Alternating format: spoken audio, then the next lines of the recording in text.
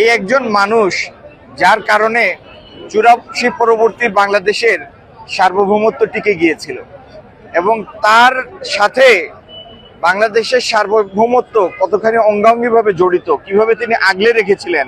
সেই সময়ে আমরা উপলব্ধি করেছি যে বেগম জিয়ার বলিষ্ঠ নেতৃত্বের কারণে কিভাবে তিনি সার্বভৌমত্বকে আগলে রাখতে পেরেছিলেন, ধরে রেখেছিলেন।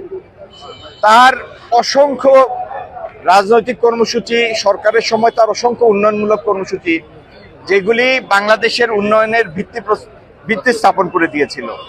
নারী শিক্ষাকে অবৈতনিক করা, শিক্ষার বিনিময়ে খাদ্য, হাজার হাজার প্রায় 13,000-এর বেশি প্রাইমারি স্কুল স্থাপন, আপনার জনসংখ্যা নিয়ন্ত্রণের জন্য গৃহীত কর্মসূচি এবং আলেম ওলামাদের কল্যাণে গৃহীত কর্মসূচি।